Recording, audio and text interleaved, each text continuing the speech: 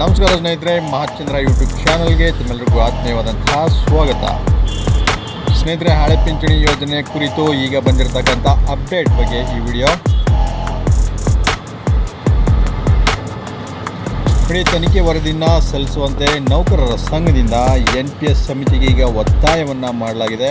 ಮತ್ತಷ್ಟು ಮಹತ್ವದ ಮಾಹಿತಿಗಳನ್ನು ಈ ವಿಡಿಯೋನಲ್ಲಿ ನಾನು ನಿಮಗೆ ನಿಮಗೋಸ್ಕರ ತಂದಿದ್ದೀನಿ. ಸ್ನೇಹಿತರೆ, ಬನ್ನಿ ಹಾಗಾದರೆ ಒಂದೊಂದಾಗಿ ಮಾಹಿತಿಯನ್ನು ತಿಳ್ಕೊಳ್ಳೋಣ.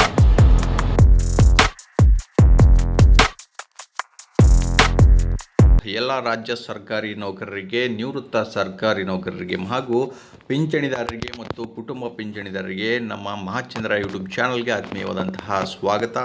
ಸ್ನೇಹಿತರೆ, ಎಲ್ಲ ಸರ್ಕಾರಿ ನೌಕರರ ಬಹುದಿನಗಳ ಕನಸಾಗಿರ್ತಕ್ಕಂಥ OPS ಜಾರಿಯನ್ನು ಮಾಡಿಸುವಲ್ಲಿ ರಾಜ್ಯ ಸರ್ಕಾರಿ ನೌಕರರ ಸಂಘ ಒಂದು ದಿಟ್ಟ ಹೆಜ್ಜೆಯನ್ನು ಮುಂದಿಟ್ಟಿದೆ. ಸ್ನೇಹಿತರೆ ನೋಡಿ, ಸರ್ಕಾರ ಒಂದು ಮ್ಯಾನಿಫೆಸ್ಟೋಲ್ಲಿ ಹೇಳಿರೋ ಹಾಗೆ ಒಂದು ಪಂಚ ಗ್ಯಾರಂಟಿಗಳನ್ನು ಯಾವ ರೀತಿ ಕೊಟ್ಟು ಅದನ್ನು ಈಗ ಜಾರಿ ಮಾಡಿದೆಯೋ ಅದೇ ರೀತಿ ಸರ್ಕಾರಿ ನೌಕರರಿಗೆ OPSನ್ನು ಜಾರಿ ಮಾಡ್ತೀವಿ ಅಂತ ಮುಖ್ಯಮಂತ್ರಿಗಳು ಹಾಗೂ ಉಪಮುಖ್ಯಮಂತ್ರಿಗಳು ಸಭೆ ಸಮಾರಂಭಗಳಲ್ಲಿ ನೌಕರರಿಗೆ ಒಂದು ಭರವಸೆಯನ್ನು ನೀಡಿದರು. ಆದರೆ ಇನ್ನೂ ಕೂಡ ಜಾರಿ ಆಗದೇ ಇರತಕ್ಕಂಥ ಕಾರಣ ಸ್ನೇಹಿತರೆ, ಕಾದು ಸಾಕಾಗಿರ್ತಕ್ಕಂಥ ನೌಕರರ ಸಂಘ ಈಗ ರೊಚ್ಚಿಗೆದ್ದಿರ್ತಕ್ಕಂಥದ್ದು.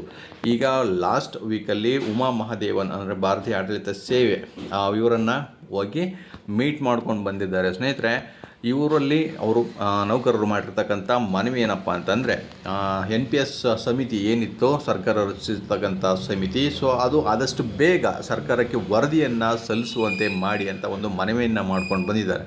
ಸೊ ಈ ಒಂದು ತಿಂಗಳ ಒಳಗಡೆ NPS ವರದಿಯನ್ನು ಅವರು ಸರ್ಕಾರಕ್ಕೆ ಸಲ್ಲಿಸಿಲ್ಲ ಅಂತಂದರೆ ಮುಂದೆ ನಾವು ಬಂದ್ ಮುಖಾಂತರ ಒಂದು ಹೋರಾಟವನ್ನು ಮಾಡಬೇಕಾಗತ್ತೆ ಅನ್ನೋ ಎಚ್ಚರಿಕೆಯನ್ನು ಕೂಡ ಅಲ್ಲಿ ಹೇಳಿ ಬಂದಿದ್ದಾರೆ. ಸ್ನೇಹಿತರೆ, ಸೊ NPS ಸಮಿತಿ ಈಗ ವರದಿಯನ್ನು ಸರ್ಕಾರಕ್ಕೆ ಸಲ್ಲಿಸದೇ ನೇರವಾಗಿ ಸರ್ಕಾರದ ವಿರುದ್ಧ ಹೋರಾಟ ಮಾಡೋ ಹಾಗಿಲ್ಲ.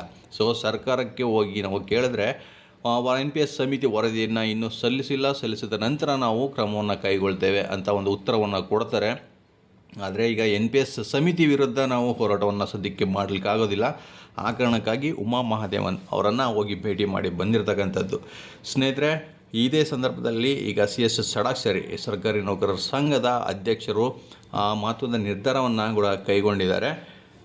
ಅವರೇ ಹೇಳಿರುವ ಹಾಗೆ ನೋಡಿ, ಸರ್ಕಾರ ಬೇರೆ ಬೇರೆ ರಾಜ್ಯಗಳಲ್ಲಿ ಈಗ ಆಲ್ರೆಡಿ OPS ಜಾರಿ ಮಾಡಿರ್ತಕ್ಕಂಥದ್ದು. ತಮಿಳುನಾಡಿನಲ್ಲಿ ಈಗ ರೀಸೆಂಟಾಗಿ ಜಾರಿ ಆಗಿದೆ ಸ್ನೇಹಿತರೆ OPS. ಸೊ ಹಾಗಾಗಿ ಸಮಿತಿ ಈಗ ನೇರವಾಗಿ ಅದು ಸರ್ಕಾರಕ್ಕೆ ವರದಿಯನ್ನು ಸಲ್ಲಿಸಿದ ನಂತರ ಮುಂದಿನ ಕ್ರಮವನ್ನು ಕೈಗೊಳ್ಳಲಿಕ್ಕೆ ಸರ್ಕಾರಕ್ಕೆ ಅನುಕೂಲ ಆಗುತ್ತೆ. ಸೊ ಸರ್ಕಾರ ಮನಸ್ಸು ಮಾಡಿದ್ರೆ ಯಾವುದೇ ಸ್ಕೀಮನ್ನಾಗಲಿ 2 ತಿಂಗಳಲ್ಲಾದ್ರೂ ಮಾಡ್ಬೋದು ಅಥವಾ 2 ವರ್ಷಗಳಲ್ಲಾದ್ರೂ ಮಾಡ್ಬೋದು. ಹಾಗಂತ ಇನ್ನು ಮುಂದೆ ನಾವು ಕಾಯೋದಕ್ಕೆ ಸಾಧ್ಯ ಇಲ್ಲ ಅಂತ ಖಂಡಿತವಾಗಿ ಈ ಸಂದರ್ಭದಲ್ಲಿ CS ಷಡಾಕ್ಷರಿ ಅವರು ಹೇಳಿರ್ತಕ್ಕಂಥದ್ದು. ಸ್ನೇಹಿತರೆ, ಕರ್ನಾಟಕ ಬಂದನ್ನು ಮಾಡಲಿಕ್ಕೆ ತಯಾರಿಯನ್ನು ಮಾಡ್ಕೊಂಡಿರ್ತಕ್ಕಂಥದ್ದು. ಕರ್ನಾಟಕ ಬಂದ್ ಅಂತಂದರೆ ಯಾವ ರೀತಿ ಇರುತ್ತಪ್ಪ ಅಂತಂದರೆ, ಮುಂಚೆ ನೀವು ನೋಡಿದ ಹಾಗೆ ಬೆಂಗಳೂರಿನಲ್ಲಿ ಬೃಹತ್ ಒಂದು ಹೋರಾಟವನ್ನು ಮಾಡಿರ್ತಕ್ಕಂಥದ್ದು ಸರ್ಕಾರಿ ನೌಕರರು ಕಚೇರಿಗಳಿಗೆ ರಜೆಯನ್ನು ಮಾಡಿ. ಸೊ ಈ ಸಲ ಏನಾದರೂ ತಡವನ್ನು ಮಾಡ್ತು ಅಂತಂದರೆ ಅಥವಾ OPS ಜಾರಿ ಮಾಡಲಿಕ್ಕೆ ಸಾಧ್ಯ ಆಗೋದಿಲ್ಲ ಅನ್ನೋ ಥರ ಮುನ್ಸೂಚನೆಗಳು ಏನಾದ್ರು ಕಂಡು ಬಂದರೆ ಈ ಸಲ ಮಾಡ್ತಕ್ಕಂಥ ಹೋರಾಟ ಬಹಳ ದೊಡ್ಡ ಪ್ರಮಾಣದಲ್ಲಿರುತ್ತೆ.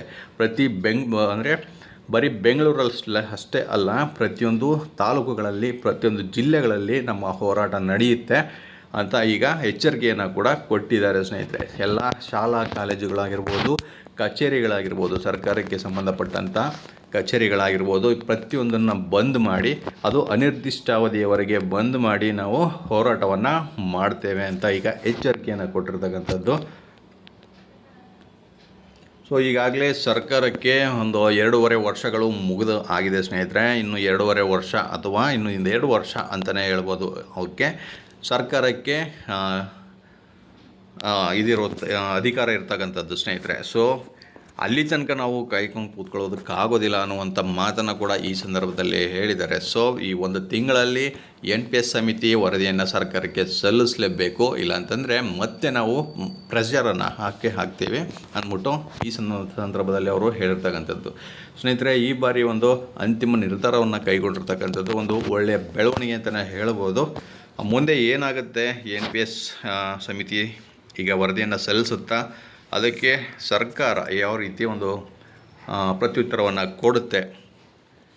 ಅದಕ್ಕೆ ಸರ್ಕಾರಿ ನೌಕರರ ಸಂಘ ಯಾವ ರೀತಿ ರಿಯಾಕ್ಟ್ ಮಾಡುತ್ತೆ, ಪ್ರತಿಯೊಂದು ಅಪ್ಡೇಟನ್ನು ನಾನು ನಿಮಗೆ ಕೊಡ್ತಾ ಹೋಗ್ತೀನಿ. ಮತ್ತಷ್ಟು ಇದೇ ರೀತಿ ಅಧಿಕೃತ ಮಾಹಿತಿಗಳ ಜೊತೆಗೆ ನಿಮ್ಮನ್ನು ಭೇಟಿ ಮಾಡ್ತೇನೆ. ನಮಸ್ಕಾರ.